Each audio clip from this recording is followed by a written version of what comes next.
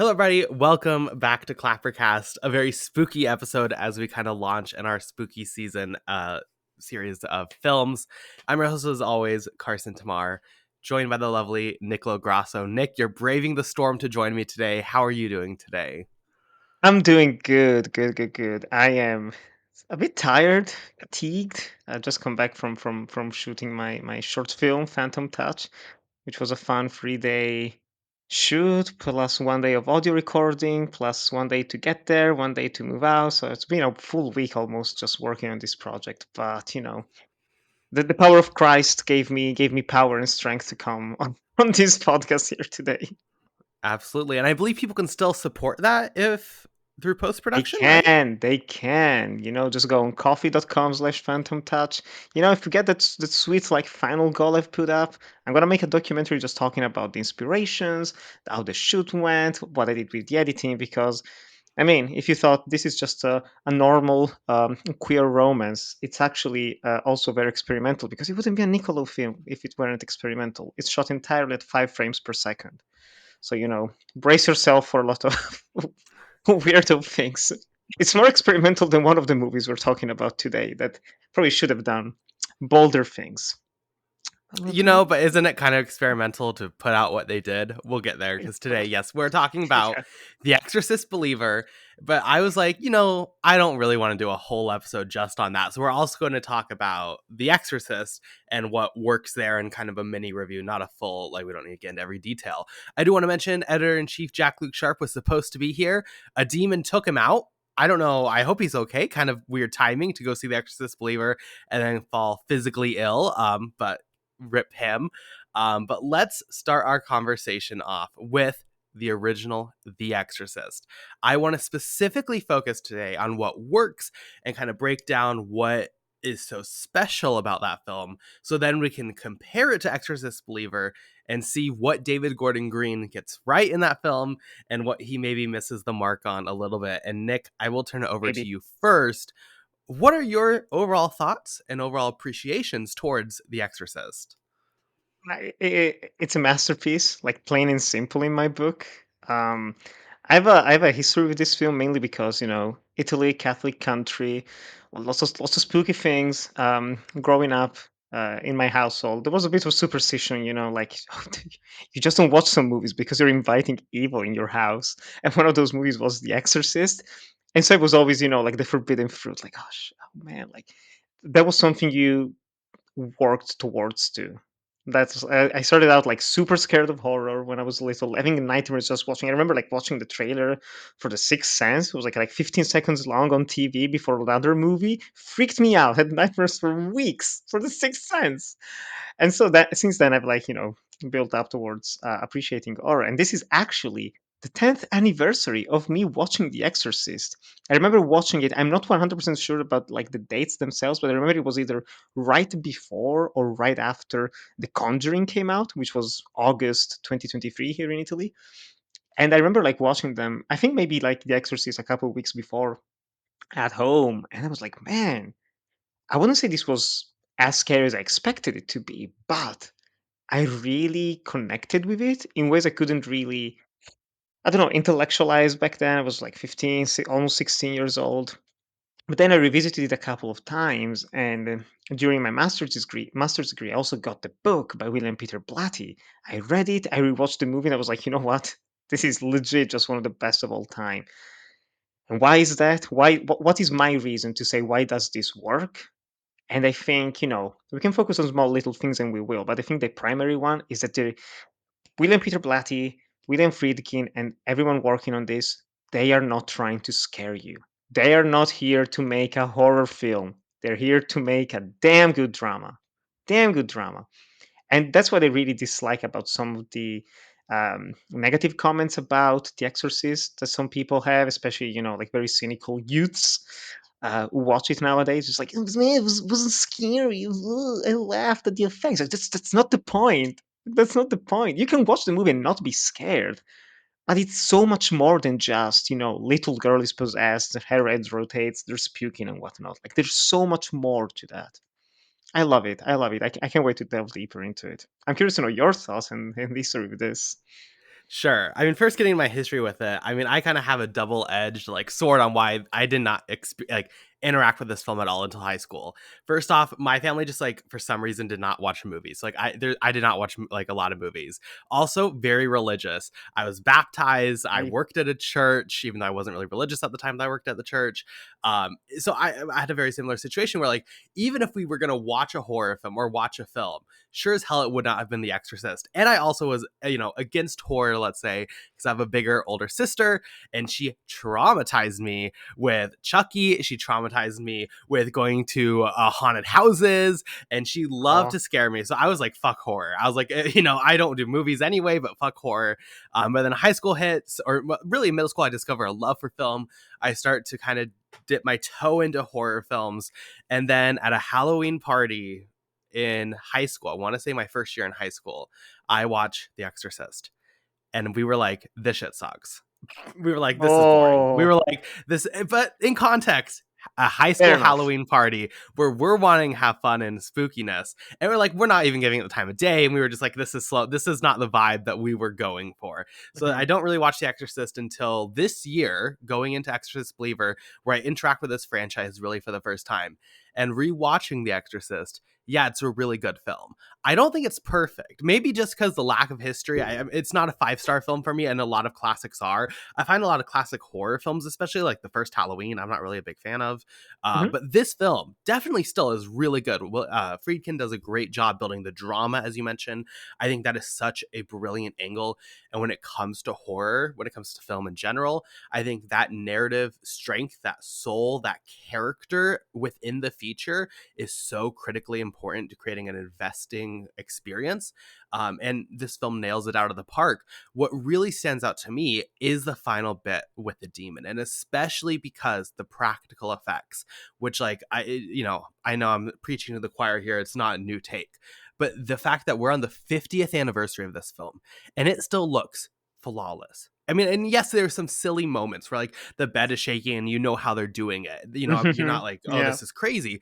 But like there's something about that grounded reality that truly like you feel like you're watching a demon and you're seeing this real girl go through this trauma, granted some on onset trauma I think we should hold space for, but like you're Little. just seeing her turn into this demon and say these vile things and go through all this, and it's just like there's something so physical about it that makes it timeless.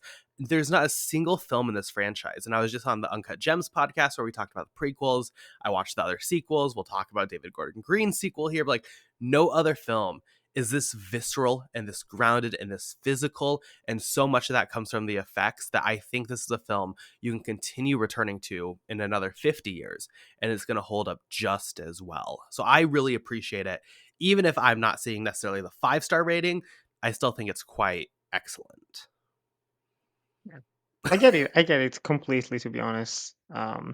It's it. There's one thing like you said this film definitely isn't perfect, and I have to agree with that. Despite like loving it and it being one of my favorite movies, we don't talk nearly enough about how much like post production, like decades since the original release, Friedkin has done on it. It's on the same level, I would say, as George Lucas with the original trilogy of Star Wars, to the point that it feels unnecessary. There's the so-called director's cut that like adds new scenes in, adds more adds more effects, adds more spooky demon jump scares. Like why? There were like two in the theatrical cut. Why do we need like five in the whole movie? It's very gratuitous. I don't think it works. I don't think the spider walk down the stairs works, mainly because you can tell it's not Linda Blair. That's why they cut it originally. It was like it worked so well the first time around. So it's fascinating that nowadays the version you do watch in cinemas and like whenever someone's like, "Let's watch The Exorcist," it's 100% the director's cut. Um, so definitely, I do believe that the theatrical cut is the better version, even though I do like some of the additional scenes here and there, especially the ending. I really love like the little bit of hope that's present in the ending of the director's cut. Um, but yes, it's such a fascinating film with a long history of like behind the scenes where everything started. I think the fact that William Peter Blatty wrote it just by being inspired by a real life fact of like reading just of an exorcism in the paper and talking with the actual priest who conducted the ritual, and then having him be a consultant on the movie as well. All those little bits and pieces are immensely intriguing to me. Yeah. But yeah. I agree with your point about the theatrical being better. That's what I actually watched this time, I believe. Oh, And nice. I agree it is stronger. I think specifically with the jump scares that you mentioned, it's really interesting the logic behind like jump scares and editing things to be more scary. Because when Exorcist Believer dropped, oh, and we'll talk about it, but like one of the biggest complaints being saw that I saw was like, oh, there's a lack of jump scares, and I was like, that's such a dumb complaint because the original doesn't have a lot of jump scares because it doesn't need to. It doesn't need a cheap boo got you because what you're witnessing is so like viscerally horrifying. But it's interesting that Friedkin continues to edit this, and it's also interesting. I don't know if you saw, oh, I don't know what the documentary is called, but it's like Me and Father Amor or something from like The a, Devil and Father The Amorth Devil and was my Father first Amor. ever movie at the Venice Film Festival. Wow, So yeah, what a time! 2017. But Jesus, it's for those at that home who was a don't know, trip. it's about Friedkin going and like filming an actual exorcist and then trying to basically have the conversation within the exorcist with like real people.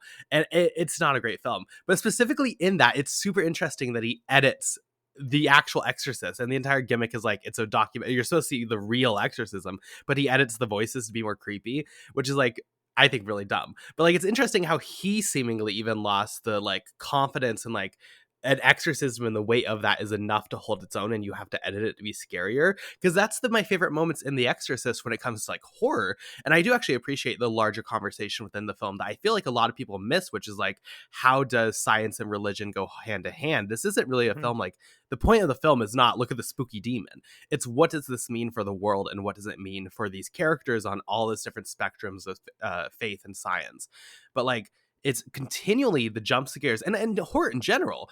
I can't think of a single film where I'm like, oh, the jump scares are the highlight. It's when a film has confidence in what it's portraying, like a fucking exorcist, because exorcism, because a demon should be scary on its own. That those are the moments that stick with you. So I found that to be a very weird complaint. I feel like it's a very weird changing and like culture that even you can see within Friedkin, this sense of like demonic possession is not enough. You must also scare the audience. Like it's just very weird to me. It's all about the build up. It's all about the build up because I don't think a lot of movies that want to be The Exorcist are inherently bad per se, but there is such a lack of just believable build up. And I know they can't really, rehash everything that they did back in 1973, but I mean, you're watching this movie, and for the first hour, over an hour, it's just, mother and daughter going through a very troubling time. The daughter is getting weirder and weirder, and the mom goes through every logical step to try and find a solution. Maybe it's just puberty, maybe there's something else, maybe it's a disease, maybe it's an illness, maybe it's just trauma, who knows? Up until she's so frustrated that she reaches a tipping point where it's like, okay, there's nothing else we can do except, like, fuck, I guess we just need an exorcism. Like, and she doesn't even know what that is. Like, she has to be forced almost to accept this invitation, and she thinks, okay, it's all supernatural. It's all like I don't really believe in this, but you know what? It's my last resort. Like, I don't know anything else that I can do for my daughter otherwise. And that's so compelling. But also, meanwhile, you're following Father Karras. And I think, like, I don't honestly remember when we lost Jason Miller. It's like, I want to say like 25 years ago, maybe, or something like that. He died fairly young. But I think he delivers in a movie that's full of like excellent performances. I think he delivers the performance in this movie. I think it's genuinely one of the best like turns of an actor of all time. And the fact that we've barely seen him in any other movie makes him just bland and get lost into this character even further. And his loss of faith, from believing less in the church and in God, and losing his mother and being tormented by everything that he's lived through his life. And he is so unlike any other character in this type of movies. Like, to this day, he feels incredibly fresh to have a man of God who's completely like tuned out. Like he's the first one who's like like exorcisms. That's been done in like centuries. Like it's bullshit. You know that. Like there's actual science behind this now. Like that's why everything happened. And I think that's one of the main strengths is that it always feels grounded in reality. Which is why I'm not a fan, despite it being iconic, of the spider walk. Because spider walk is not grounded in reality. Even the darn like head spinning around, cool effect and everything, it's not grounded in reality. But everything else, it always reaches that level of bordering on fantasy, but also like being very disturbing. And what I really love about all the moments of horror, and that's something that some people actually use as a complaint whenever I read like negative reviews, but I really love it, is that they don't really end. I don't know if you notice it, but there's no ending to those scenes. It's always the shock. It's always a disturbing moment. She's hurting herself. She's puking, and the head and the spider walk and whatever. And then it cuts away to just reality. It genuinely feels like a nightmare. It's never going to end. It's never going to stop. You never see them like restraining the girl or doing anything. It's like, oh god, what's happening in the room? Oh, maybe she doesn't know. It's just hard cut to something else happening, and it leaves you like confused and baffled. Was it actually real? Did actually is this actually happening? Like you're always toying with that, and that's also part of a remnant of the book. I think the book goes even further into trying to um, create this layer of mystique with what's happening with little Reagan and Linda Blair. Oh, oh, just again one of the all-time great child performances in a movie. To be I to be that bold. There's a documentary as well that I love. Was it Men of God, Men of Faith, something like that? But it's one of the documentaries of two main documentaries about The Exorcist. And I love that like Friedkin and Blatty were super scared of like like this is very sensitive material that we're tackling here. For a little girl to act out. And she was for being like what 12-year-old 13 years old, she was incredibly professional, and she was just like, well, I'm not like that's the character saying those things, I'm not saying them, it's the character like swearing and doing these things, I can separate it, which like destroys the idea of method acting from a teenager. A teenager is like, yeah, method act, we don't need that. Like I'm aware that he's a character on a page, like this ain't real life, it's so and you see it on the screen, like you see the passion, and you see the fear, and Ellen Burstyn as well. Like, dude, everyone in this cast is just perfect. Like, it's one of the best casting ever. Absolutely. I think I don't know. You change one of them, Max von Sydow. Oh, who was like 45 or something back when the movie came out, and the makeup on him is terrific. Terrific. It's just excellent, man. Just excellent in every single way. Yeah, I mean, a great ensemble. I love that even like as they're introducing the exorcism and as they're even going through with starting kind of to think about should we do an exorcism, it's introduced as like, but it could just be like a placebo effect and then effect on the brain. Like it always Hmm. goes back to Hmm. science. It always goes back to that until it just like you can't deny it, right? And I feel like that's such like grounded in reality, which you mentioned. Even just like the room and just thinking like it always feels like even though you have this room of craziness and like oh it's demon and crazy and oh my god it's It's horrific, super it cold as always well. feels super cold. It always feels like a bedroom though, and it always feels like there's a Mm. house attached to it. And that's one of the most haunting parts is just like it feels like this is just a random mother daughter, and it feels like it's a real house, and it feels like it's a real family, and it feels like it could happen to anyone, like in Yeah. context, right? So like it really is always just there, grounded, confident, and just being executed wonderfully. I mean, like you mentioned the cast, yeah, it's one of the best ensembles, top to bottom. I mean, just like I don't know, every bit of the film is crafted so incredibly well. Um, I might be going up in star rating, but we'll see. Hey. I really appreciate The Exorcist. Do you have any last points you would love? Oh, and the score. I think we should mention the score is fucking obviously phenomenal, iconic. Um, go for That's it. just that was the funniest thing because I watched the restoration of this film, the 4K, at the Venice Film Festival this year, and there were like some people that I know in the audience who hadn't seen it since forever, probably. And at the end of the screen, they were like, great movie, whatever, blah blah blah. They're like, but the music, like they only played it once randomly. That was the main theme. I was like, that's the thing. It's not the main theme. Like Tubular Bells, it's not the main theme. It just kind of became it. over the years, I think like marketing kind of used it and appropriated it and made it the Exorcist theme. Mike Oldfield keeps updating it every like 2 years. That's insane. That's honestly like if anyone's interested, like I'm not kidding. There's at least a dozen versions of Tubular Bells. Like that's the it's just Mike Oldfield's like I'm just gonna just keep tinkering with it. Um, but I love that it's used like in a moment, what William Friedkin always called a moment of grace. It's just that scene is because it's a useless scene. This film is full of useless scenes. Do we need to see Chris McNeil going back home, kind of seeing the father from behind? There's the nuns walking past. Like, do you need it? It's like fuck no, we don't need it, but it works. It creates atmosphere. Like William Friedkin said, a moment of grace. We are lacking those moments in cinema nowadays. We need more time spent into just finding ourselves into the screen and losing ourselves into it.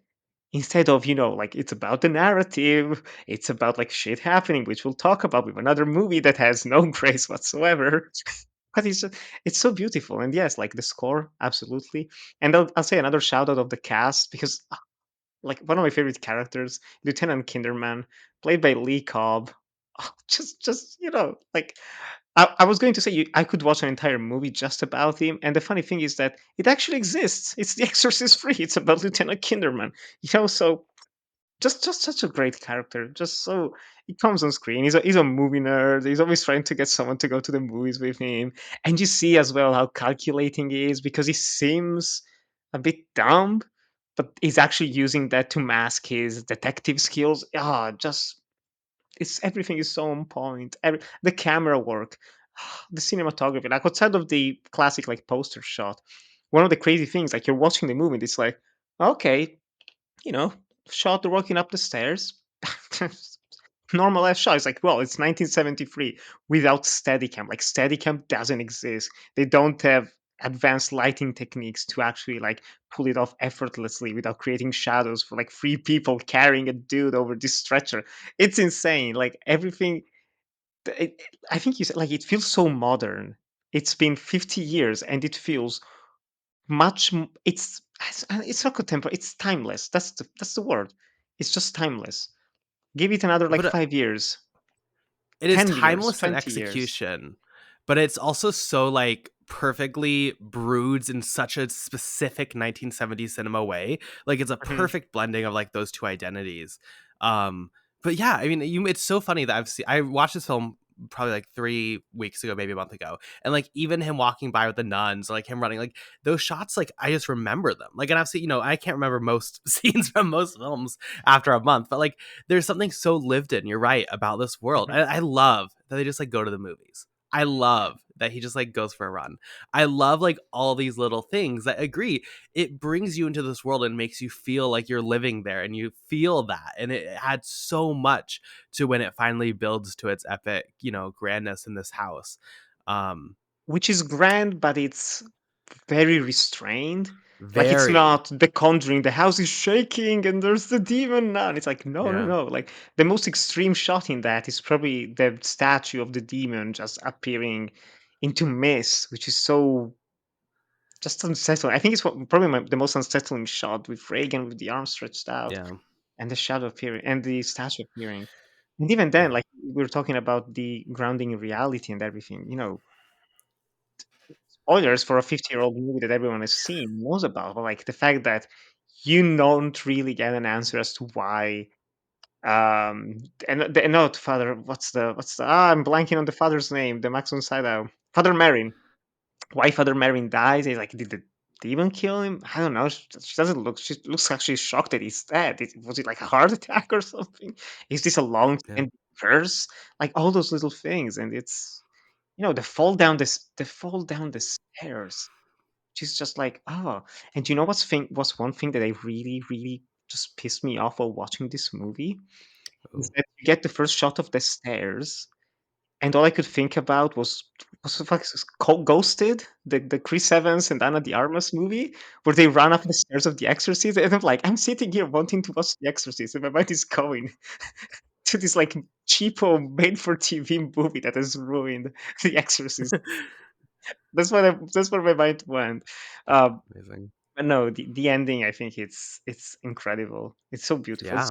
it's so mature and powerful, and I think it manages, despite, like, I have this long-standing belief that a lot of horror about like possession and things like that is almost inherently conservative with its portrayal of, like, it's a reinforcement of the importance of religion and faith.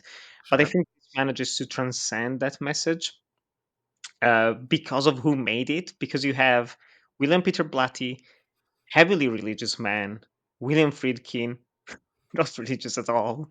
Two contrasting minds that kind of came together to create something that's a terrific blend of both worlds. I think you do leave this movie thinking, like, it's in a way, like, evil was vanquished and the little girl is saved because of, faith and God and Christianity and whatever. But also, you can even rationalize it as, what they did, their sacrifice as human beings, literally putting their life on the line for this girl, saved her, and now she can live with her mother and just go on. And it's bittersweet. It's such a bittersweet ending, but oh, I kind of want to watch it again now. you No, know? me too. Literally, me too. I was just thinking, like, I probably could swing watching it tonight. Did you ever do a Death by Adaptation podcast on it? No, I would have liked to do it because I do genuinely think like the book is one of my favorites. Sure. Very interesting. Like we talked about um, Friedkin going back in time to going back over time through time to update the film. Blatty did a similar thing with the novel. I think in the like Hmm. 20th, 25th anniversary, like released an additional chapter that he originally wrote and then removed. He added it back in the book, which is interesting because two characters that are barely present in the film, but they're way more developed, are the I don't I'm missing the actual word, but like the servants of the McNeils. It's this German, Austrian German couple, very elderly, Sure. and there's this whole subplot about, like, there's something fishy going on here, and Lieutenant Kinderman thinks like, those guys are kind of sketchy. And you see it in the movie when the director is talking about like, oh, you're a Nazi, blah blah blah. They're shouting at the man. He also thinks like maybe he actually killed him, and so he investigates and looks into it. All those little detours that are not needed for the movie but actually add extra layers to the book that I found very interesting and moving, because it goes into, I don't want to spoil it if you haven't read the book, because I definitely think it's worth a read. It goes into an interesting thematic parallel in terms of, like, parents and children. That's all I'll say. And it was surprising because I was reading this book and I go to this part and I'm like, I don't know where this is going, but it's focusing so much on it. That's unique. But yes, no, absolutely. Read the book. Everyone who's listening as well, just it's a great read, and it's not too big as well. I want to say it's like 300 pages. It's great for Oh, Halloween. Yeah. yeah. I'm gonna plan on reading it now. I didn't realize it was like so good. So that's good to know. It's Um, quality. I want to read more by Blatty because I was blown away by sure. the quality of it. Yeah. So I mean, I think we both recommend obviously The Exorcist. I mean, not I don't think a hot take. If you've not watched The Okay. Exorcist, I'd recommend you go see it. I'll just quickly say for the franchise that follows, probably don't need to check out most, even though I have a soft spot Mm. for Exorcist 2, kind of in my weird little cinematic heart. Exorcist 3 probably is the only one I would like recommend. And even It's actually then, a good movie. It's like, you like yeah, it or not. It's like, right. It's the only really good one. I mean, I also have a soft, I'm a Schrader stan, so I like Dominion. But like, really, Exorcist 3, probably the only one if you have to check one out. Even then, I probably would just say skip it. I don't know. Do you have like quick thoughts on just like the ones you like? yeah. To be honest, I don't hate The Exorcist too. Like, I don't necessarily like it. I don't necessarily like it, Yes. but there's so many parts in it. I'm like, damn, that's uh, not just inventive, but actually, like, I think I will never forget about the shot of like the seance or whatever. Like, there's these various reflections going on and superimposed. Like, holy how did they pull it off? Like, it's insane. It does fall into the like very shouty. We're doing the same shit again in the last 20 minutes, which I hate. And portrayal of Africa, both in that film and in Exorcist, the beginning, like the Rennie Arling was like, Yeah. questionable. But it is worth. I don't think it's a worthless film. Exorcist 2, The Heretic. The visual with the reflections, because I have only heard people say this is shit, and Jax specifically was like the visuals in this are terrible, which I admit by the Mm. end, falls apart. But like that scene with the reflection, the first time where the demon like pops up and it's from the original, I was like, oh, that's scary. But then it goes to where they both have their hands on the heart, and I was like, this is cinema. I was like, this is Hey. genuinely one of the best shots like I've ever seen in a horror film. I don't get how people It's watch in The that film and are Exorcist 2. just like, yeah, no, really. And I'm like, I don't know how people watch this and just say like it's a worthless 1-star film. At least like, 1.52 at the very least. But then you also like Better than Exorcist Exorcist the 3. Beginning, I think. Yeah. I do really like The Exorcist 3. I don't remember because I know there's like an alternative cut on that. Because there was a whole like behind the scenes problem because it was a William Peter Blatty movie and the studio wanted another Exorcist, so they kind of reshot some things. It ends with an exorcism, but the original ending was way darker and more restrained. I think I watched that cut. It's like the director's cut, Legion. I think it's the name. But alas, it reinserts a work print into the footage instead of being proper like original masters restored in 4K and all that. Yes, third one is great. The beginning is shite. Just it's like everything wrong with horror movies from that time. Just terrible, god awful. And the Shudder film, I remember liking. I think I gave it like 3.5 back in the day. I honestly don't remember much about it because now my memory has been tainted by the Rennie Harlin thing, which was very recently. But I remember really liking that one. It goes into some interesting directions. And again, because it's Schrader, like a weak Schrader is still better than a bad Rennie Harlin. It's Right. better than most Rennie Harlin movies, to be honest. But yeah, it's a weird Right. franchise, and I'll say shout out to the TV show, which I never finished.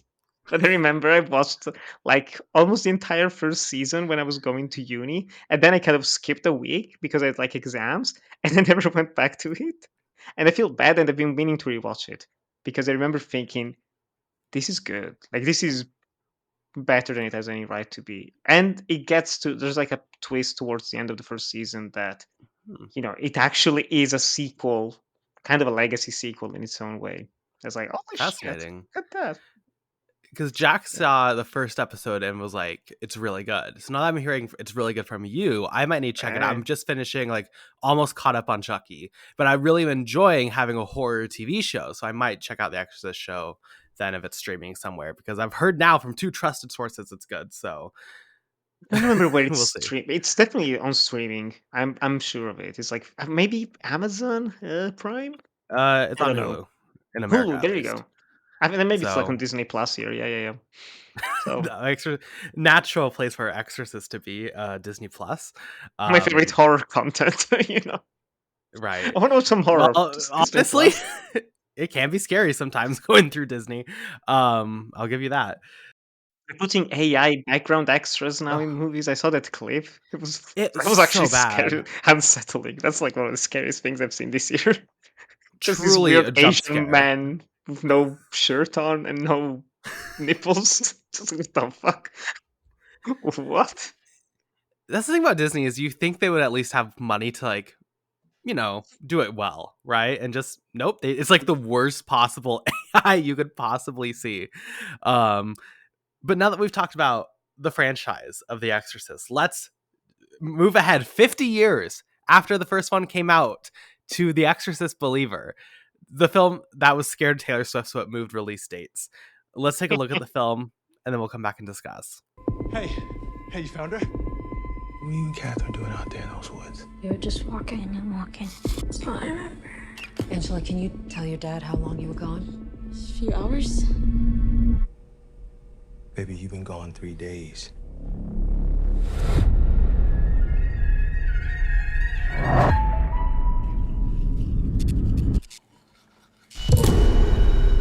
What'd you say? I didn't say nothing. Thought I heard you say something. Hey, baby. You okay?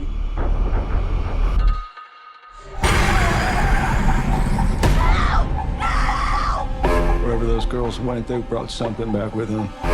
The body and the blood of Jesus Christ.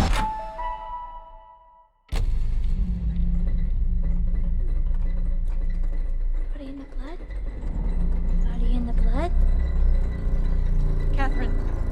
Body in the blood. The body in the blood. The body and the blood. Catherine. The body and the blood. The body and the blood. So I want to start us out because I had a journey before the film even started. So like back in May, I was building the schedule for ClapperCast this year, and where a lot switched since the beginning. I knew I wanted to do The Exorcist Believer versus The Exorcist because I didn't want to talk about just Exorcist Believer because I hate David Gordon Green. If you've listened to this podcast, we discussed Halloween Kills, we discussed Halloween Ends. I'm not trying to invalidate your opinion now that you like Halloween Ends. I think Jack liked Halloween Kills. Y'all are valid. I think they're both absolutely terrible. I think he did a really good job with the first new Halloween and then has just sucked since. But I was like, you know what? I want to talk about this. We can talk about the original Exorcist. It grew only more poignant when Friedkin unfortunately died this year. But I was like, okay, I'm going to do this. I'm excited. We got our dates. We got our people. You know, we're going to do this episode. And then I got an email that was like, oh, next week we have our press screening for Exorcist Believer. And I was like, no, that's like not out for 2 months. And I was like, oh no, it's out next week. Shit, we're actually doing this. I just didn't go to the press screening. I was like, I can just catch it, you know, at a public screening. And then I like go on the app the weekend of, I'm like, oh, I need to go see The Exorcist Believer. And I get my ticket and then I'm about to leave to the theater and I'm like, oh, I don't want to watch this movie.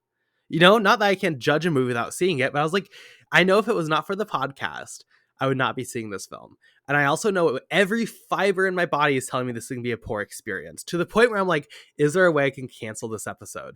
Which has only happened one time on the podcast before. And I was very, very vocal about it, which was Eternals, where I was like, I don't want to do this. I just don't want to watch this movie.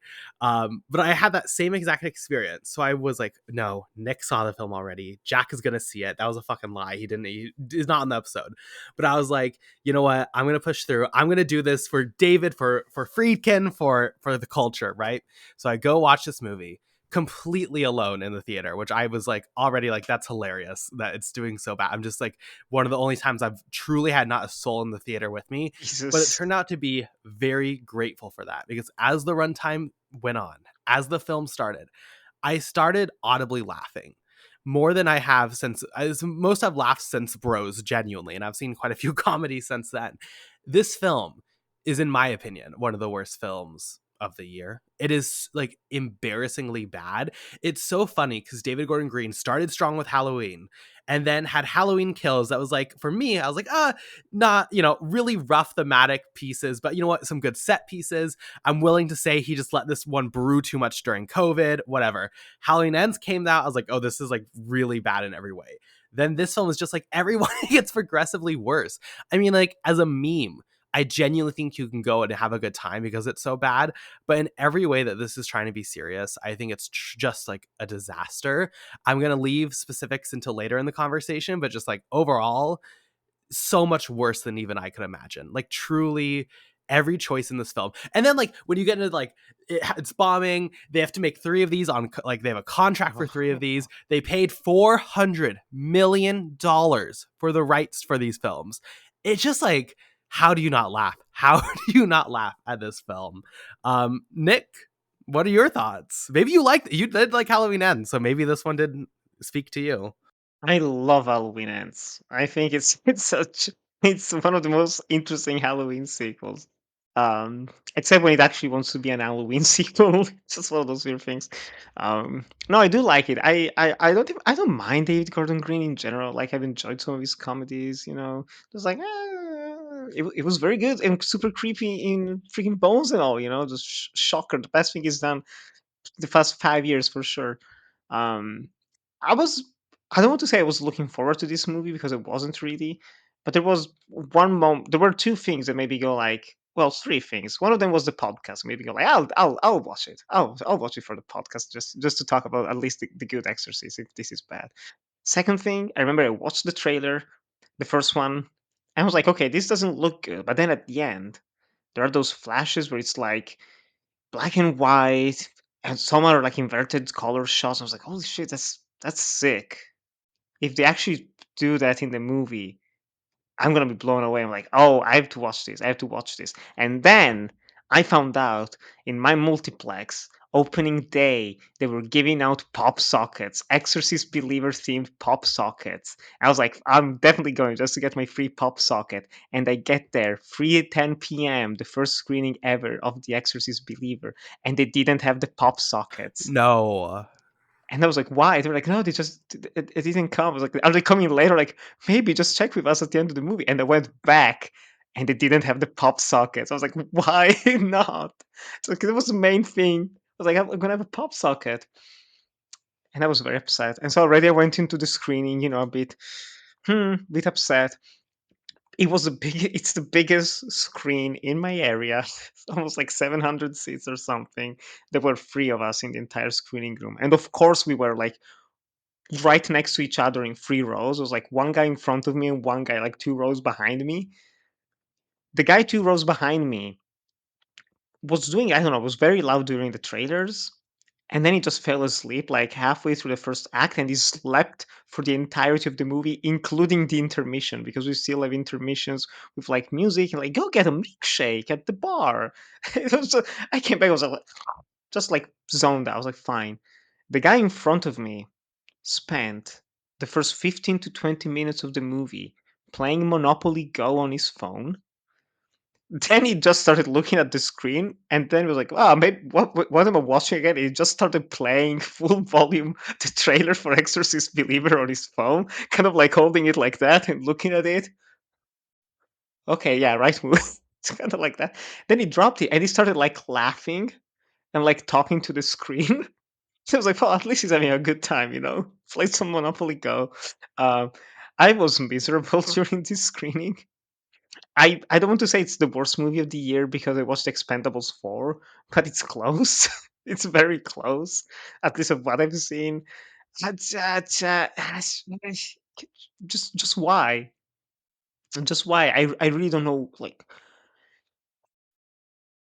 2018's Halloween.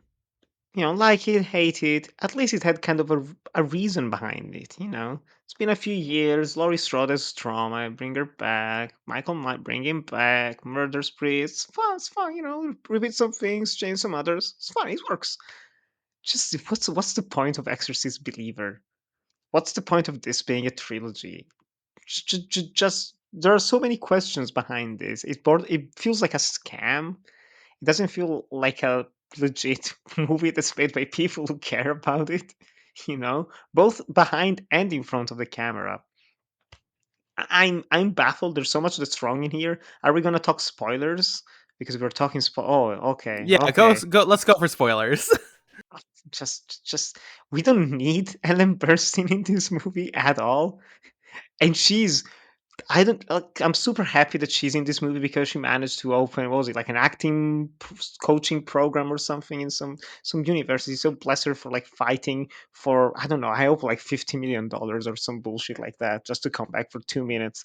But it's such a just a dumb way to write the character. Like you see her in the first movie.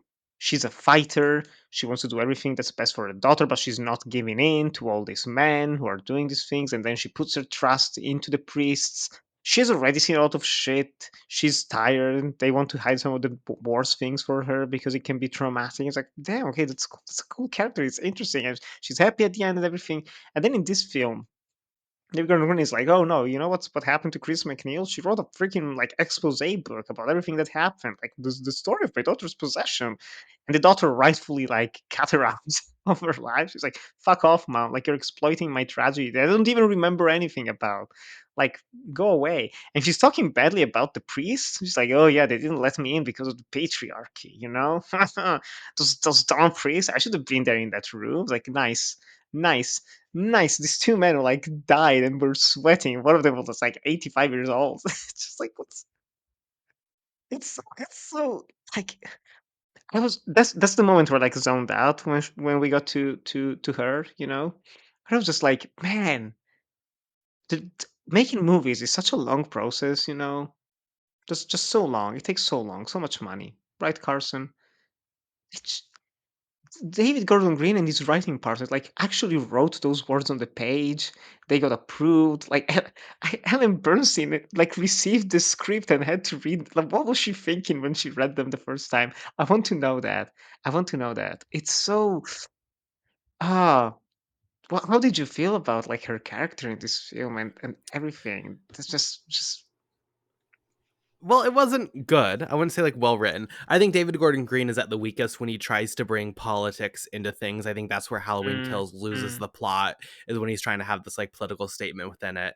Obviously, the line about the patriarchy is pretty bad. um, in general, I will say her character did get the biggest laughs for me whenever we would cut back to the hospital and she's there with like these comedic bandages covering her eyes. She can Good feel on it. her She can for feel the getting that checked. ghosts. Right. Like, it's not the most disrespectful bringing back an original character. I don't know if you saw the newest Texas Chainsaw Massacre on Netflix. They bring not the actress back, but the actual character back, and they quite literally have her fire one gun and throw herself into literal garbage. They literally throw her in the garbage. I So hope I will that say was a that is joke. worse. That's what I'll say. It feels like a It's joke in that film, a weird one, right. but yeah.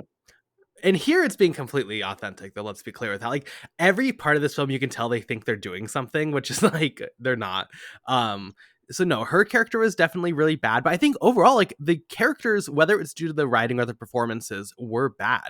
Look, I love Ann Dowd, but I think she's Mm, horribly miscast in this film. Every scene she's in, she feels completely out of place. Jennifer Nettles, her accent that she's doing, again, got audible laughs from me, but it's just not good.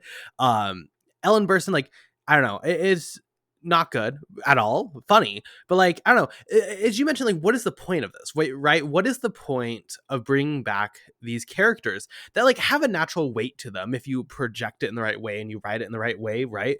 Like, what is the point of bringing her back and doing this to her? Like, and what it comes down to is this film and why it exists, and why does it exist in general? Why are we getting a trilogy? Because narratively, this is nothing, in my opinion, instead of like a trilogy, which is like the most shocking thing to me. Is I was waiting for like the end scene to like give a little wink or do something to be like, oh, we have another one, woo. you There's wish. nothing. It just comes down to, I think every part of this film feels manufactured as a cheap attempt to get money, right? Like, it's a cheap Mhm. attempt to get like, oh, we have the old actor coming back, the Exorcist just property in general. Like, there's no reason, there's no soul, there's no heart, there's no point here. And then it just tries to build this horror movie, which isn't that good. It isn't that effective. It's not that scary. The actual effects look awful throughout.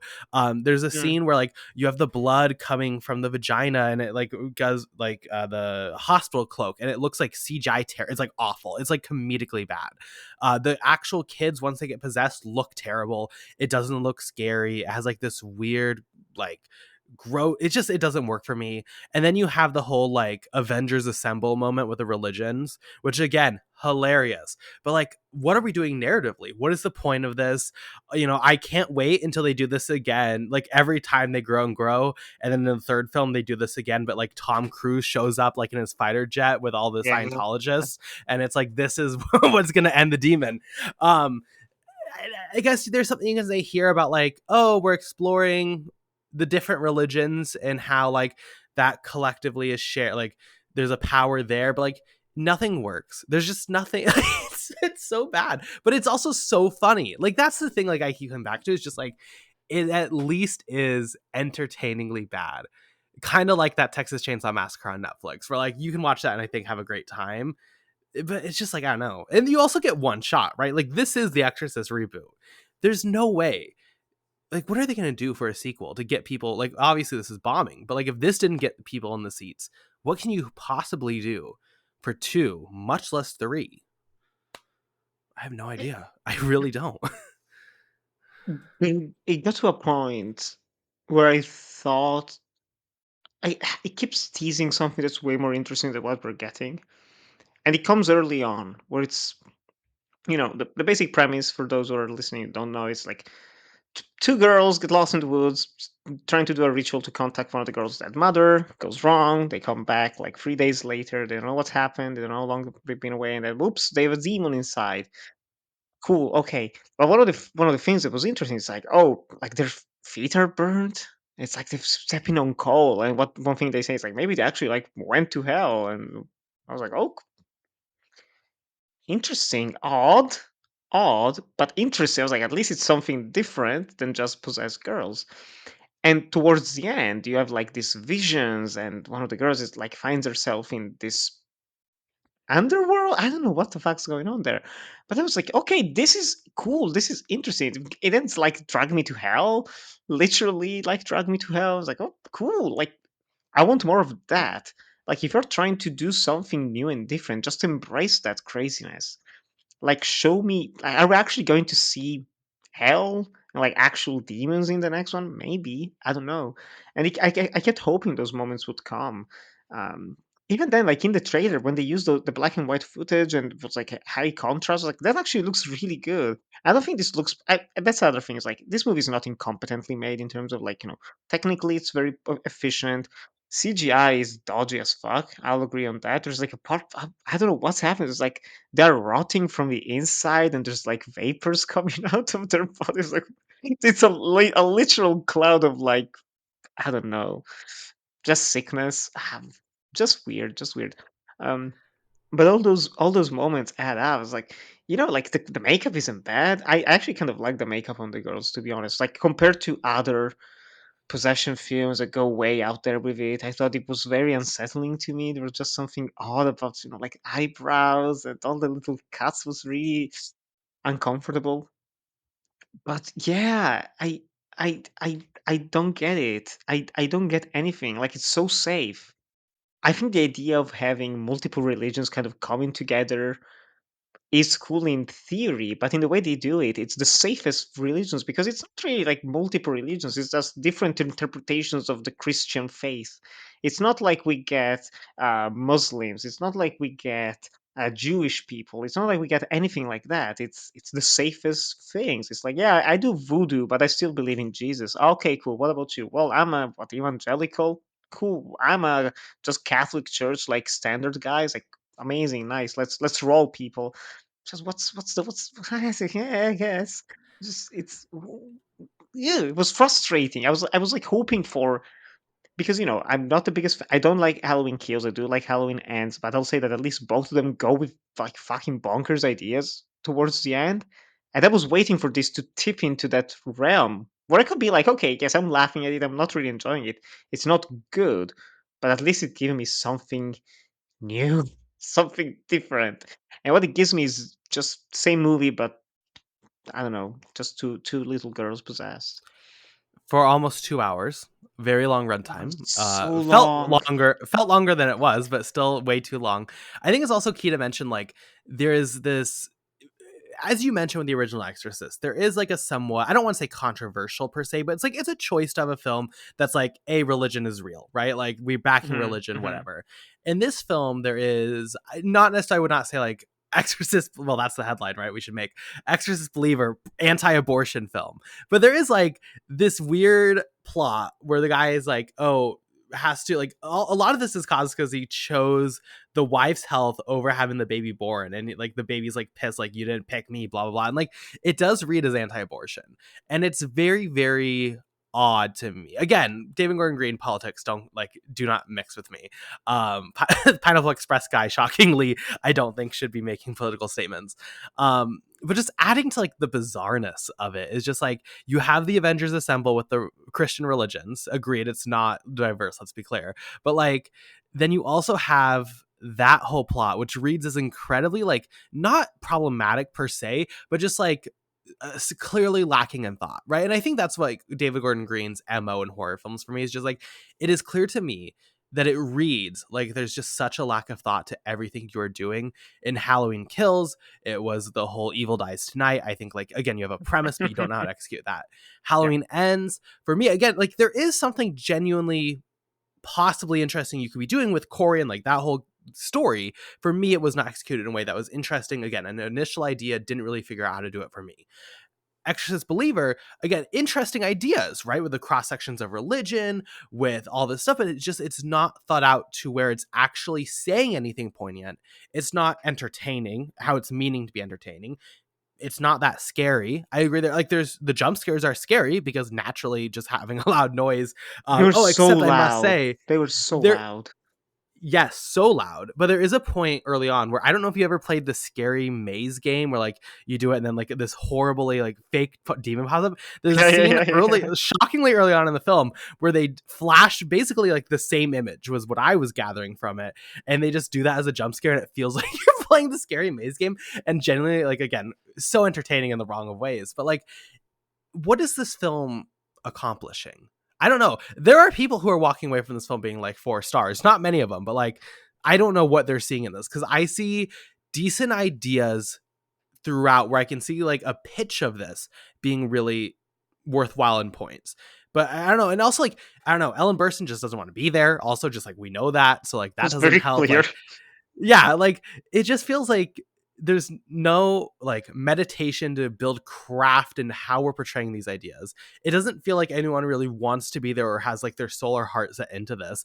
It's just Hmm. like so nothingness, but it almost pisses me off more that there are some like base level ideas that are decent, because like it's harder to just say there's no potential in this film, because I feel like there was potential and they just like didn't do anything with it. I don't know. It's frustrating. It's very frustrating.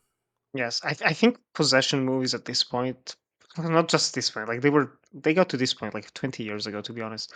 But they are inherently boring in terms of like what you can do, because that's one of that was one of the moments I was laughing during the screening. It was like halfway through. I think I was having a nervous breakdown, to be honest. Once Ellen Bernstein gets into the house with the demon, and she just starts like shouting, I don't know, whatever the nonsense of like, you get out of this girl, you nasty demon. And the girl's like, oh shit, I don't know. Like that's like I'm watching that, and that's when I zoned out for a second. I was like, that's so boring. Like what's just all those exorcism movies are just people shouting religious nonsense and possessed people like recoiling in terror and fear.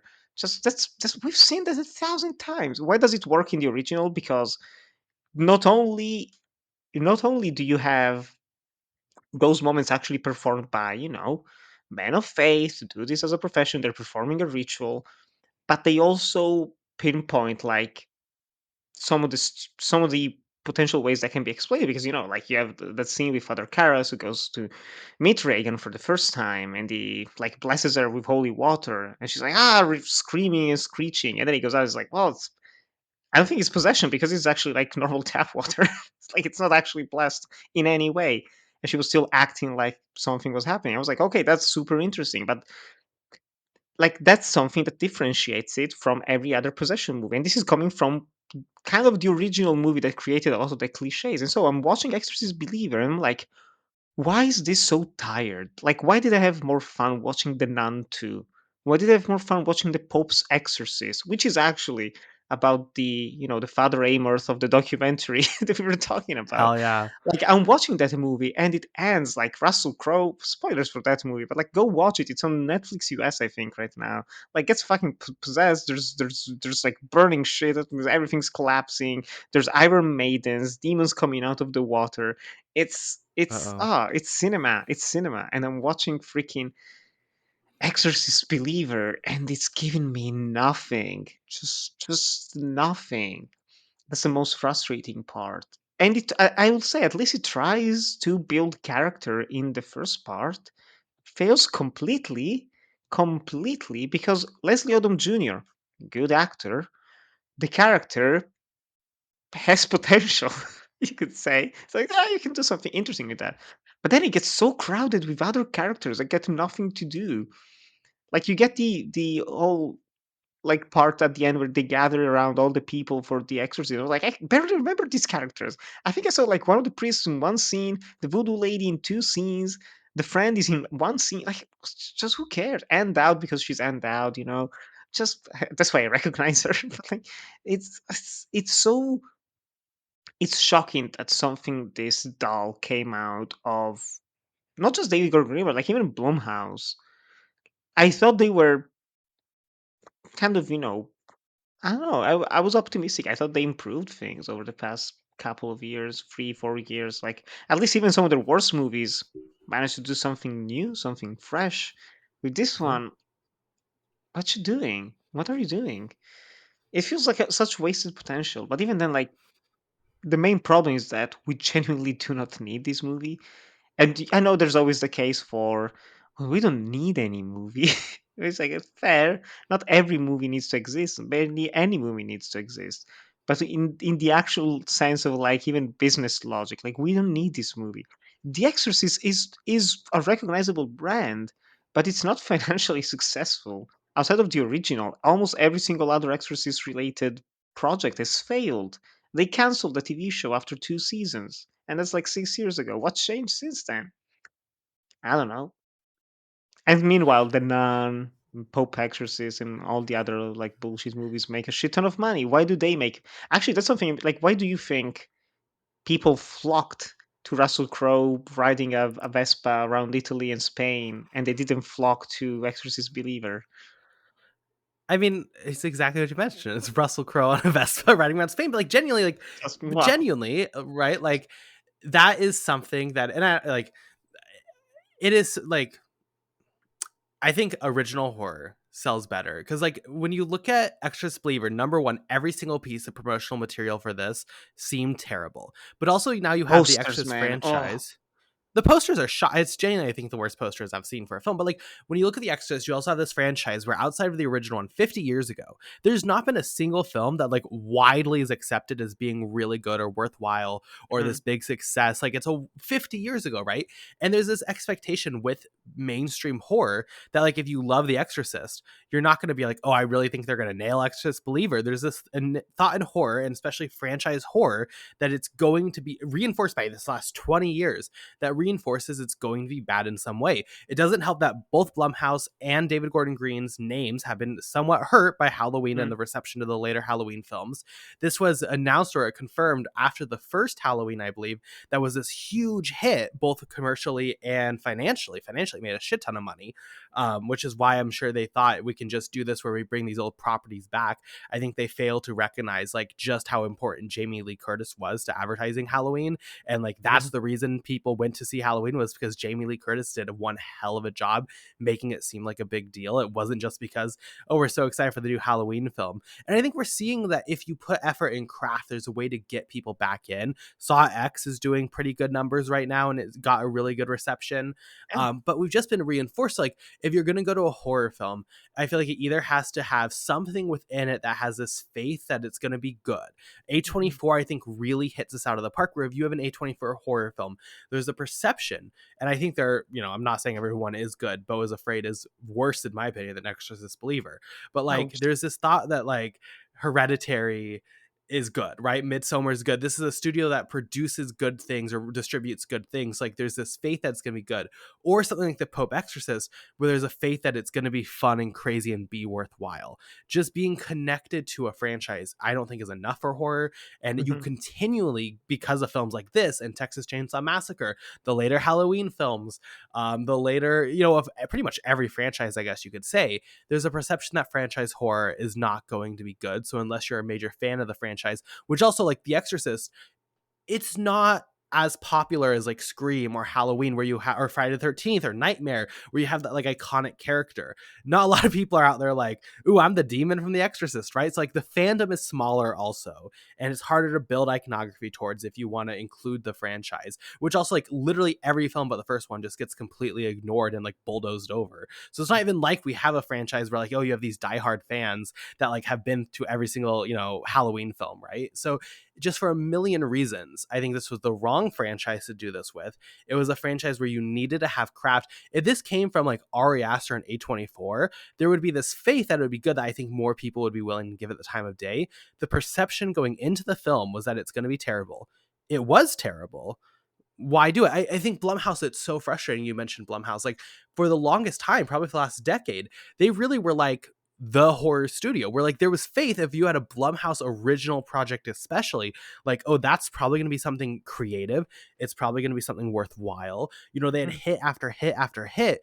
And then they just seemingly lost the plot. And not that every film they do is bad now, but like it's no longer, and it's similar to A24 even, where A24 was like every film that A24 logo holds a weight. Now it's more of like, we'll see what happens, which I guess is just natural as filmographies and catalogs grow. But like, it is just frustrating to see. But it is nice seeing that there are horror films that when they have craft, when they have genuine, like either they can say we are actually good or we're actually fun, there's still an audience that shows up to them. So like there's a lot of films where I'd say bombing, like Mission Impossible Dead Reckoning Part 1 doing badly is sad for me. It's sad because I think it says something about the action genre, and it's sad it feels like a film like that won't find an audience for whatever reason. I know there's other like factors there, but that's like sad to me.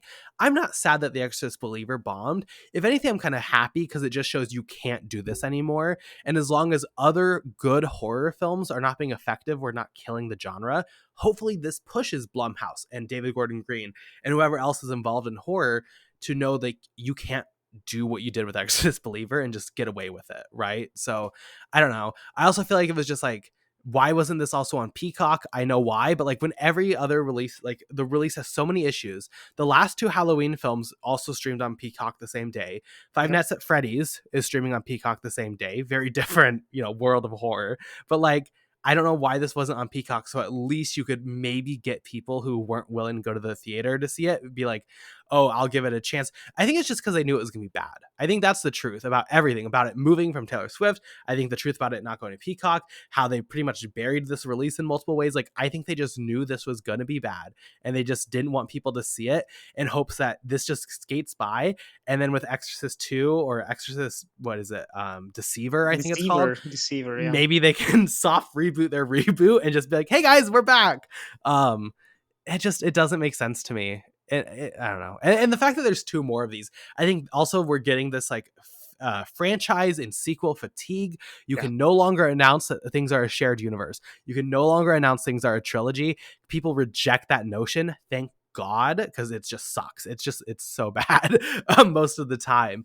So I think that was also a huge mistake, is not only saying this is going to be bad for all these reasons, but it's also going to be bad and you have to watch 3 of these. I think it's just it's so abrasive to anyone who thinks they're going to go and have a good time with this that I'm not shocked people just didn't show up. And I'm not shocked that Taylor Swift is just like walking over it, killing it with high heels, because that's what's deserved, in my opinion. One day of Taylor Swift made more money than a full week and a half, 2 weeks of freaking Exorcist Believer. That was definitely something that bothered me, was going into the movie knowing there's 2 more coming out after.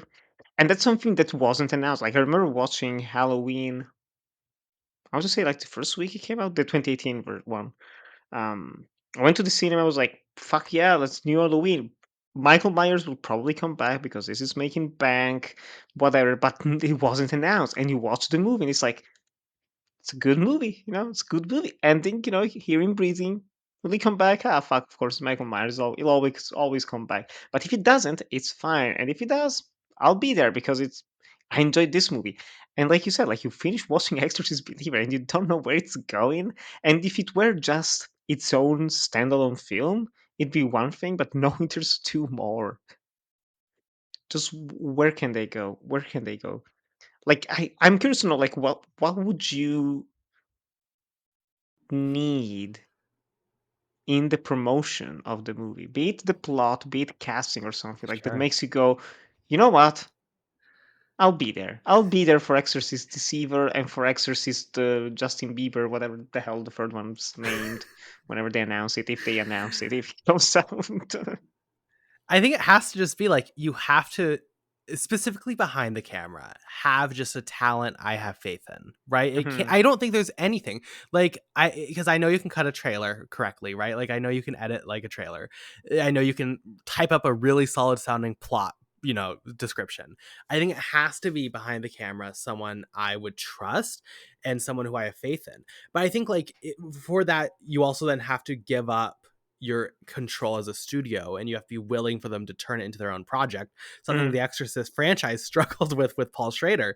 But I think, like as you mentioned, it's hard for Exorcist films in general now, and I think that goes back to 50 years ago. You nailed it. I don't know how like a standard Exorcist like experience of any form, whether you're in the franchise or not, can get better than the original Exorcist as far as being this horrifying experience, being a worthy narrative experience, having these emotions. If you want to have another Exorcist film or a film that uses exorcism or possession, you have to then elevate the material and have it mean something different than just being possessed. Something Schrader did in his film, right? He introduced colonialism. He had stuff he was brooding on. Definitely flaws within that film. I'd recommend anyone go listen to Uncut Gems, where I talk about that film in detail. But like, a mixed effort, but ultimately one where he's trying to do something worthwhile, which makes it a worthwhile viewing experience. I don't think, and especially now with like visual effects and such, I just don't see how you can do it better than the original Exorcist film. So for me, it would just take someone like a Schrader, or like I don't know, let's do the bingo card, Guadagnino, or just someone, Ari Aster, The new anyone who like. Exorcist film. That'd be sick. That'd be sick. Suspiria is good. Have you seen the clip? I don't know if you the clips of people at Taylor Swift, like the showings, Mm? like they all just like are dancing and it's going crazy and acting insane. But people have turned it red and put the Suspiria song over it, and they say it's the ending Suspiria. It's incredible. Amazing. I But need to like watch that. it really requires like someone who I just have faith will do something. But even then, right? Like I like Chloe Zhao. Nomadland was my favorite film of 2020. It was. I Oh, yeah. didn't want to go see Eternals. I went and I thought Eternals was shit. So like even then, we're getting to the point where like you have to let them make their film, because just having that's just gonna piss me off more if I go and it's Luca Guadagnino's Exorcist, Justin Bieber, and it's just like shit, and it's like, well, fuck this, So, but that was for me to get excited. That's I think the only thing it can do. But that's a consequence of their own actions, right? What about you? What would it take for you to get like excited? I honestly don't know. Like, just what I think works about the only good Exorcist movies is that they are actually about, shockingly, The Exorcist. It's not the possessed, it's the exorcist. Like, you're talking about primarily these priests. And it's about, like, this man of faith, and it's about them. It's not about spooky children doing spooky things, which is what all the worst ones do. Even the second one, good or bad, but like, we don't care about Reagan. Like, why do we need another movie about Reagan going through the same shit again? Like, no, that's not the point. The point is something more. I don't know. I think it would have to be maybe a different name. But to be honest, like, I'm a very simple man. Just give me something that's absolutely like insane, insane. Tell me you have like the little girl who went to hell in this one, the little white girl, like she comes back, she possesses, I don't know, Leslie Odom Jr. and he's acting like a possessed 12-year-old girl. I don't know. And they actually go to hell and they have to save him. Like some bullshit like that. Which goes completely insane, but like, at least it's something new. Like this I should have agree. never been a franchise. That's the main thing as well. Like it should never have been a franchise. There's no It was just for money. Like in 77, what was it? 78 when the second movie came out. It's like, just we don't need this. Like, this doesn't have to be a Yeah. series. Because if you remove the and again, and that's the ultimately like the main problem. The Exorcist is kind of like Star Wars in a way. It has to be Okay. it has to be about the Skywalker because that's Star Wars. Yeah, you want to watch some spaceship, whatever, but you don't really care about that. People want Skywalkers. I was like, well, shit, okay. Like you make an Exorcist movie, if you remove either Father Karras or Lieutenant Kinderman, which is what the third movie is about, or you remove Father Merrin, which is the prequels, or you remove Reagan and Chris McNeil, which are the sequels. Just like, what do you have? It's just yet another random generic possessed movie. I was like, do you need this? Like, no, it's a flawed franchise. It just doesn't exist on its own, which is what's shocking about the TV show that actually managed to go in a different direction while also having elements of, continuity and doing something more with the materials. Like, okay, that's interesting actually, but it's built off as its own separate thing, and that's the pleasant surprise in that film. So in that series, so I don't know, like what would get me if it's actually had some, like you said, like an interesting mind behind it, and if it actually was not, I mean, Exorcist Believer had a Deceiver trailer for me because all those black and white shots, I was in love with them. It actually looked so cool. I was like, shit. Like that's when I got excited. I was like, maybe if they actually do it, like the entire exorcism is like played with this strobe light effect. It's in black and white. It's so yeah. And then they didn't do it. They didn't do anything with that. It was so tiring. So tiring.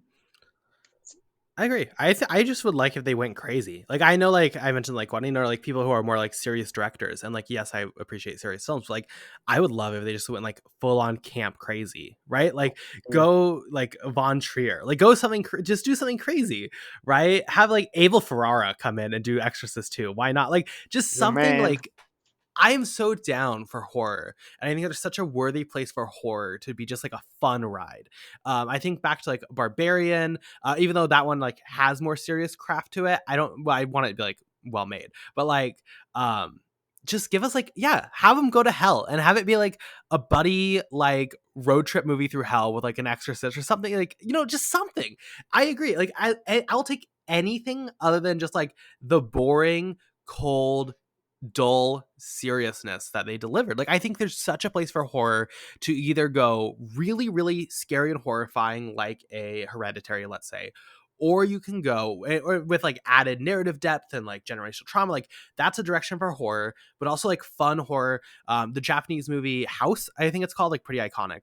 I don't know, go have fun with it, right? If you're not going to be good trying to be serious, have it be a wild ride. And I think audiences respond well to that because then they go and they see it and they say, wow, we have to go see it. For me, I would obviously fire David Gordon Green. I don't know how far we are in production for Exorcist Deceiver. I would hire Hasn't someone started who's just yet. going to go absolute crazy. It hasn't started yet.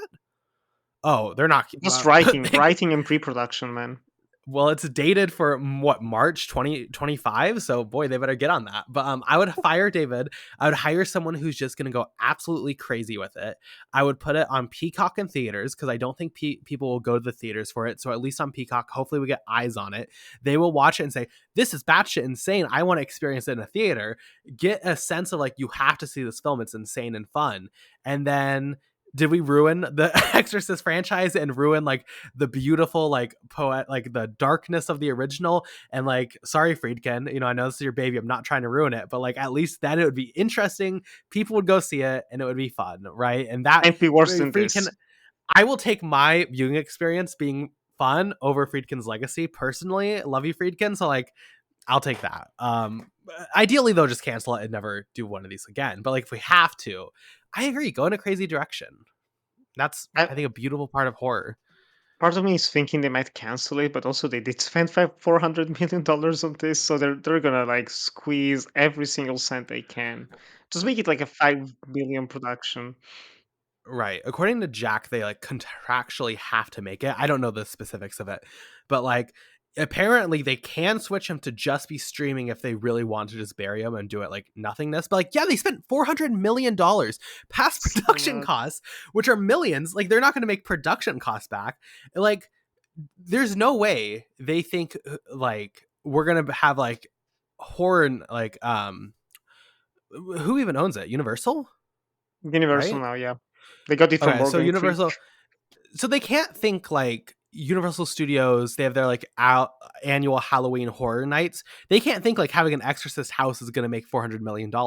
So like what's our plan financially to recoup the costs on this? I don't know, because the films aren't profitable, so it can't be through films. So what, their only thoughts are merchandising and having a haunted house every year. What are we doing? To What are be we honest, like doing? if I can witness with my own eyes, Ellen Burstyn getting her eyes removed with a crucifix, I'll go to that haunted house. That's gonna be fun. That was like the funniest part of the movie. So many weird moments. I was at me cackling. I was like, I can't believe they're actually doing this.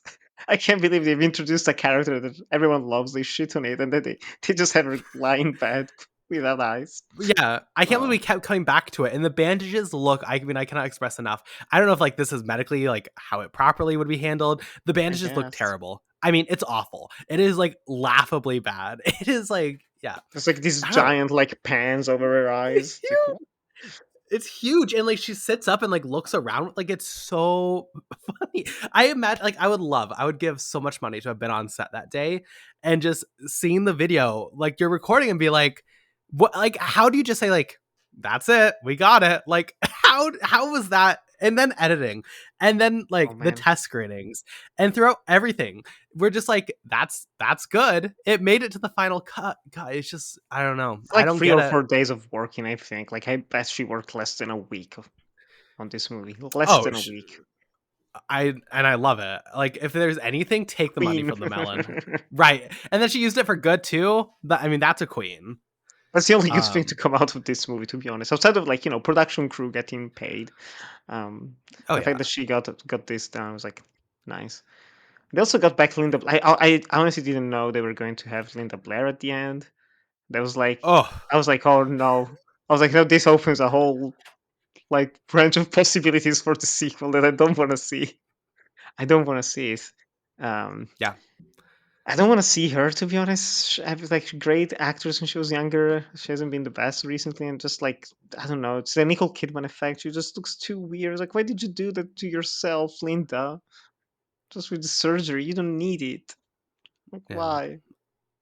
I just have no interest. Like, I mean, maybe it's also like we've seen how they treated the legacy characters in this film, but like, I have no interest seeing like her in one of these films ever again after the first one. I mean, again, like, I just don't know when she like.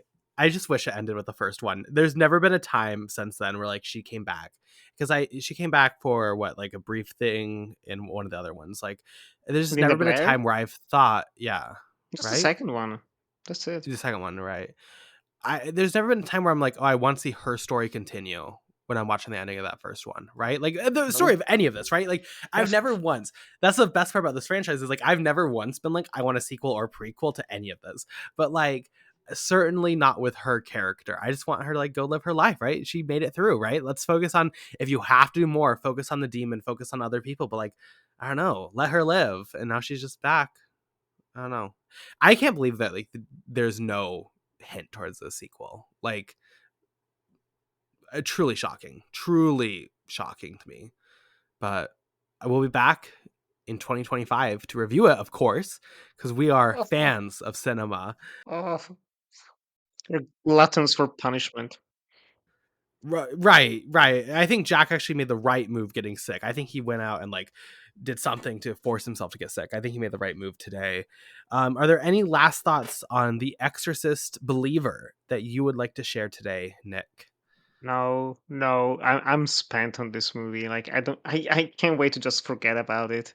It's been a week, and I don't have to think about it anymore. I'm kind of glad I don't have the pop socket as a constant reminder of the shame of watching this movie on opening day, just spending the money and the bus ride to go to the biggest screen in the area to watch it with two very weird men.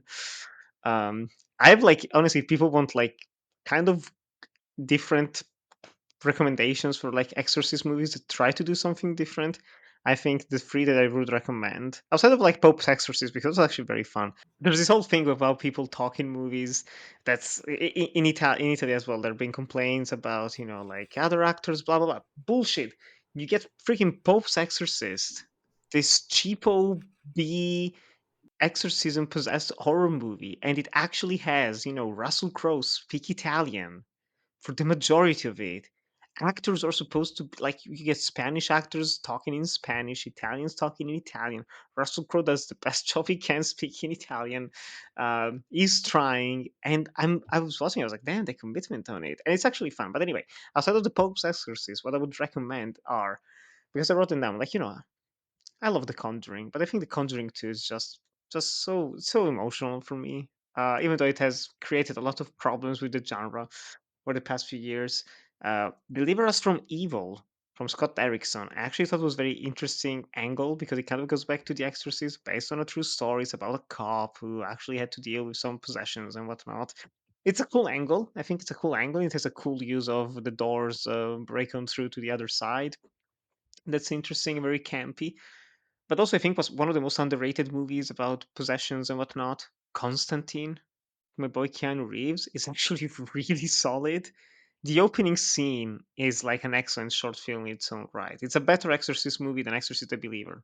Just watch the opening scene of that, and you're gonna have way more fun than with this. And it's also young Shia LaBeouf and Tilda Swinton and Peter Stormare, a whole bunch of like Rachel Weisz, like cha. They're making a sequel apparently. I hope it comes through because it's good. It's good. Anything's better than Exorcist Believer, to be honest. Yeah, I don't think you're wrong there. Um Yeah, I mean, I'm excited. I really want to watch The Pope's Exorcist. It's on my list of like things to catch up on this year. Ooh. I mean, of course, Russell Crowe, after doing so much for Italy and the Vatican, I mean, he did host a private screening of The Greatest Beer Run Ever, or whatever that film was called, for the Vatican. So I mean, of Amazing. course he's gonna kill it. Of course he's gonna do that. But yeah, I mean, I guess my overall thoughts is like, don't watch Exorcist Believer. I think like you can, if you like really are down to just go and like make a meme out of it, I do think you can genuinely get some entertainment out of it, but like just wait till it comes out on streaming, which I think is like in a week. So like, It's on the you know, 20th, yeah. yeah, no worries about that one there. Go see Saw X instead if you really need horror in the cinema. But with that, let's go to our question of the week, because again, Friedkin unfortunately did pass this year. And I would love to just quickly get for our question of the week, what's your favorite William Friedkin film? Because he's made a lot of really special projects. Nick, what did you select for yours? Hard. It was very, very hard to pick. But because we talked about The Exorcist a lot, I actually want to say Sorcerer, Okay. which I think is very, very. It's not. I mean, it's not underrated anymore. Like it's been officially rediscovered as a hidden masterpiece of cinema. But he made it at the tail end of the 70s. Came out. What was it, like the same week or the week before or after freaking Star Wars? And so everyone just read like Sorcerer. It's gonna be about magic, like Star Wars. And they went and it's about like four men driving two trucks with nitroglycerin on it through a jungle. But I think it's tremendous. I like the original movie Wages of Fear, but I think the remake Sorcerer is excellent. And it does again what we talked about with The Exorcist. One thing that's Friedkin, I think he picked it up just by being a documentary filmmaker at first, but he knows how to make you care about people, how to make you care about certain characters. And he spends the first 40 minutes, 30 to 40 minutes, just introducing you to this group of men and why they fled their respective countries to go to South America and try to run away from their responsibilities and duties and lives. And it's incredible. Not only just impeccably made, but so tense, so beautifully acted. It's so it's such a just a dirty movie in the sense that you just feel the dirt and the sweat and the weight of everything. It's one of those movies that you watch it now and you do actually go like, yep, they just don't make him like this anymore. Um, Yeah. there's one sequence that feels, I don't know if have you seen it, Carson, actually. Oh, I have not. mm, there's one sequence that's about a truck crossing a bridge during a thunderstorm. And you're watching it and you're thinking, how the fuck did no one die making it? And then you find out it took weeks and weeks to pull it off. And you go, well, there you go. Like it's so easy to be like, oh, it's nothing. Oh, what the? I think if you go, no, wait, actually, it's Friedkin. He knows what he's doing. It feels so. He manages to make these all of his movies. To be honest, like I watched Live and Die in L.A. recently, which is incredible. I love Killer Joe. Um, Bog is an incredibly underrated movie of his from 2006. Michael Shannon, one of his best performances before he became Michael Shannon. Um, but he always managed to make these movies that are heightened but also feel real, feel grounded, and it feels effortless. Like I'm watching that scene on the bridge, and if you told me, yeah, the way they pulled it off is one try, 50 cameras getting all the various angles, and that's it, I'd be like, well, of course, yeah, you can see it on screen.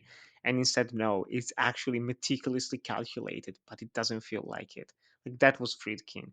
So natural, but actually just so well thought out, always. What's your Yeah. favorite, Carson? So I mean, there's like, I mean, I just haven't seen everything Friedkin, so I admit there's some on my list that like probably might be there but aren't. I want to give a special shout out to Boys in the Band, though that's not my pick. My Ooh, pick is gonna be kind of a weird one. His remake of 12 Angry Men. I know Jack also really stands this one. nice. Um, uh, Yes. TV movie takes the. I mean, it sounds like it would be like good, but like, oh, you're remaking one of the best films ever made. But how he, and it's not quite as good as obviously the main one, but like how he evolves that narrative and how he adds various elements and plays around with that. I'll talk in my rapid reviews. His new film is kind of similar in some ways, but I really appreciated this one. And even as someone who has seen obviously the like main 12 Angry Men, who's seen the films, it still hooked me, still got me. The emotional moments, great ensemble. I think it's a really, really special drama. But I mean, overall, his work is pretty fantastic, right? Like outside of the Father and More one, I think I've really enjoyed every single one of his works. And I mean, he's just a special, director. You can talk about how he was on set, maybe with some things, but like, I think that obviously a great talent in filmmaking lost this year. Yeah. And I'm happy that we have this space to celebrate him and celebrate his works, because I think there's very few who have produced a filmography like he has. With that, let's get to our rapid reviews. As I kind of mentioned, Friedkin did have his final film release this week, The Kane Mutiny Court Martial. I'll say I've not seen the original, so I cannot compare it to that. But a really engaging courtroom drama. Reminds me a lot of his work with 12 Angry Men, where he clearly takes the base of the story, which is naturally interesting. He evolves some elements to fit more modern times, some great twists and turns here, really effective, to the point. Also a fantastic performance. I mean, all around a great ensemble. But Lance Reddick, this is one of his last films Oh, also, and he is incredible in this film. He might give my favorite performance of the feature. So a wonderful kind of send off for those two. Though I know Reddick has a couple films still in the pipeline, including Ballerina. Woo! So we'll get there oh next. We'll get there next no. year. Um, No, please God, no. in a little bit more negative news, VHS 85 released this week. They're not for me. I think I have to say, at least the new ones. I've not seen the older ones. I've only seen the last two. These Shutter Ah, ones, okay. especially, I'm really over the 80s aesthetic, and it kind of bled into the 90s one, where there's just this excuse of like, but the 80s were really fun, and like they have all these silly, goofy, like, like instructional videos, and it was very camp at the time, a lot of them. So like there's an excuse seemingly on film when you have an 80s aesthetic and you're going for kind of comedy, to be like, don't need to have any craft or any like direction. We can just like, oh, it's silly and bad because it's the 80s. And like, I don't like that unless you're doing something very specific. Like there's a film a couple years ago called Survival Skills. I doubt you've seen it, but I think it was out at like a Fantasia or something. It Mhm. uses that, but it builds something of real value. For me, it was just like, this VHS just was the prime example of like why I hate what this aesthetic and style has bled into with modern cinema. But it's not for me. Also not for me, and I really hate to say this, is Kitty Green. I know you love The Assistant. I know Oh, Jack loves The oh. Assistant. I was underwhelmed by The Assistant, but still, like, it has moments, definitely just due to the subject matter. Her new film, The Royal Hotel, released this week. I will say I found it to be torturous. Definitely, it's based on a like mostly true story. I'd recommend. There's a documentary. I forget the full name of it, but you can look it up. The Tel documentary is a really Gungordi or something like that, yeah. something like that, about two girls who are traveling. They're foreigners that are traveling around Australia, and they go to work at this bar in like this very like, out in the desert of Australia, where there's all these mines, and they have to deal with all these like abusive men who are like terrible. I just think Kitty Green, her style of filmmaking and building narrative is so dull for me, and just there's no characters, there's no point to what she's doing here for me. I'm not going to deny if anyone finds power in this, because obviously it's a story with like implications and moral like reactions that I think are very worthwhile. And I like, obviously, if you find power in it, more power to you. For me, it just did nothing. And like when you boil down what this film is saying, what this film is doing, I don't know if like in 2023 this is a narrative that's being handled in a way where like I think it's a really worthwhile text. But I would definitely recommend the documentary it's based on. But I just think Kitty Green is one of those, everyone has the filmmakers who speak to them, everyone has the filmmakers who just doesn't. I think her cinematic voice just personally is like a subjective thing, isn't for me, but I mean, I'll give her the time of day for her next one. So those are my rapid reviews. Nick, what have you seen recently? Anything? I know you've been like busy making a film, so I don't know if you've seen Eh, anything. I did manage to. I was a few movies like right before going to Venice to film this. Actually, one thing I did watch in Venice at a special screening, there was the festival director of the Berlinale. He came to introduce a screening of "I'm Your Man" from 2021. I don't remember if you've seen it. Probably, yeah. I Oh, you didn't know haven't? it was one of, Oh, but I know of it. it's super good. It's like a super charming, very goofy romantic comedy with like sci-fi twist on it. It's about a woman who's working in Berlin. It's a bit about like near distant future where a company has just managed to create androids to be like the perfect partner. And so she's forced to test her perfect partner, who's Dan Stevens, who speaks an incredible German. I thought he was dubbed. It was that good. I was like, that's not him. And I was like, oh shit, he's actually very fluent in German. Shit. Well, it's very charming, very funny, very cute. Goofier than I imagined, which I know some of the negative reviews pointed as a negative. Actually, I thought it was refreshing. I think a lot of romantic comedies are trying to play too straight despite being comedies, you know? So that was refreshing. I recommend I'm Your Man. Um, and also managed to watch it on the big screen Blowout for the first time, one of my favorite De Palma movies, which was an incredible experience. Loved that film. It was the first thing I saw as soon as I came back from Venice on the same day. That's my level of commitment to the craft. There was the composer Pino Donaggio who introduced the screening as well. Very elderly, very funny, very Italian man. Great composer. I mean, like the theme from Carrie and everything is made for De Palma. I forgot he made the soundtrack. His first soundtrack was for freaking Don't Look Now for Nicholas Rogue. So storied career, incredible man, incredible man. But for Halloween, I've been continuing my Hooptober challenge, and two movies that I watched recently, yesterday and today, actually, I managed to squeeze them in. I watched Cobweb, which got buried during Barbenheimer weekend. It's cute. It's nice. It's interesting. I think it's overstuffed with ideas, but I like it a lot as a dark fairy tale. It's very stylized. It doesn't rely on jump scares or anything like that. It's a very moody Halloween watch, goes in bonkers directions towards the end.